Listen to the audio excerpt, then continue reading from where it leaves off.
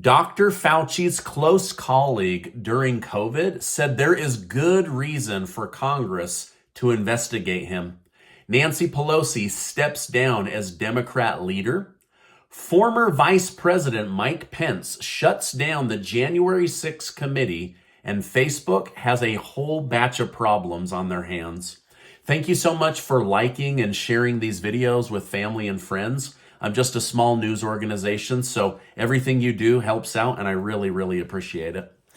House Speaker Nancy Pelosi announced today she will step down as Democrat leader in the next Congress starting in January.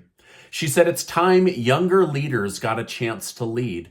She said she will keep her seat for now, but not seek to lead the Democrat Party.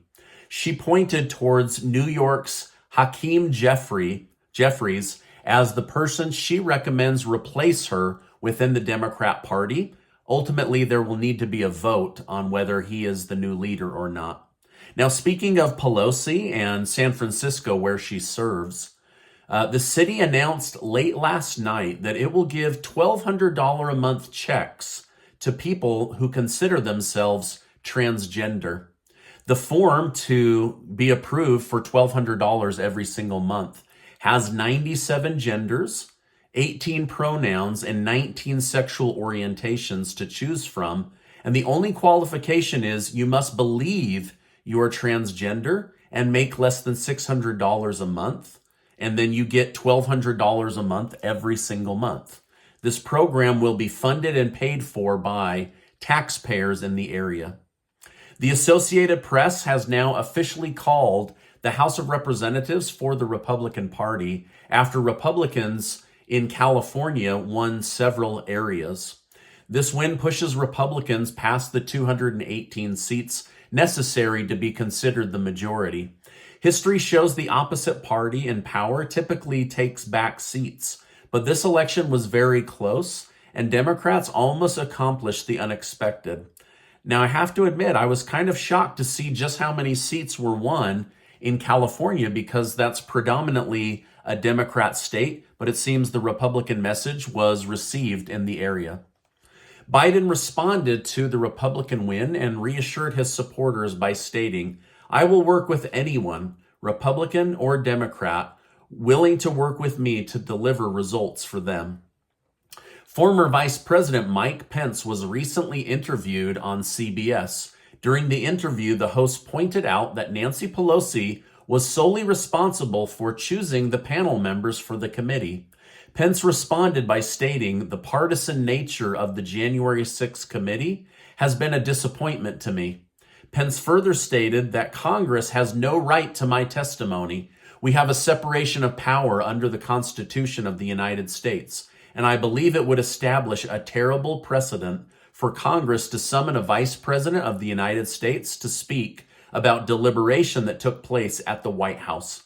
Basically, he shut down the committee and said, yes, Pelosi was in charge, but she only chose Democrats and Trump-hating Republicans to investigate, so it was totally partisan. He also said, "You have no right to my testimony, so do not subpoena me or call me in." Now, there's been a lot of beef between Trump and Pence, but Pence is specifically taking a stance from a constitutional perspective saying, you do not have the right to question me as a vice president. Now, the chair of the committee, Representative Benny Thompson, and vice chair, Representative Liz Cheney, responded to Pence in the form of a joint statement. The statement read, "The Select Committee has proceeded respectfully and responsibly in our engagement with Vice President Pence. So it is disappointing that he is misrepresenting the nature of our investigation while giving interviews to promote his book." So basically they're saying he's only saying this so that he can sell more books, while Pence is saying, I'm not going to go against the Constitution, which is the very thing that Trump is mad at Pence about, saying, you had a constitutional duty to do this, and Pence says, no, I did not. So you'll have to decide whether Pence was doing the right or wrong thing. Now, Pence also recently appeared on CNN where he stated that he has forgiven Trump for the way he acted on January 6th. He stated the president's words and tweets that day were reckless. They endangered my family and all the people at the Capitol, and I was angry. But my Christian faith tells me to be quick to listen, slow to speak, and slow to become angry. And in the Christian faith, forgiveness is not optional. We literally pray in the Lord's Prayer to forgive those that trespass against us. So I guess Pence, although still not happy with how Donald Trump behaved, has forgiven him and moved on. During the pandemic, there were three main doctors advising the nation on safety protocol. There was Dr. Fauci, there was Dr. Birx, and there was Dr. Atlas. All three appeared on TV regularly to update the nation. Well, Dr. Scott Atlas is now saying publicly, there are many good reasons Dr. Fauci should be investigated. To name a few, he said, Dr. Fauci seemed to have reason for not wanting to get to the origin of where COVID came from. He also said there will be evidence of Dr. Fauci purposely misleading the American public because of special interest groups. He also said there will be a trail to the unprecedented draconian lockdowns and why they were used even now as we learn that they had almost no positive impact, according to top medical hospitals. He said you will also find why he really flip-flopped so often on policy and who was behind these changes. So far, Republicans have not issued subpoenas or opened any investigations, but Dr. Scott Atlas says they are coming and there will be a lot found if they do. Now, I'm curious to know from you in my community, would you like answers to why big changes to your life and lifestyle were required for 2 years and who was really behind the decisions?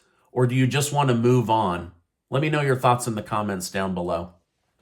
This Dr. Scott Atlas worked alongside Dr. Fauci, and he seems to believe that a lot will be found if the Republicans in the House decide to investigate it.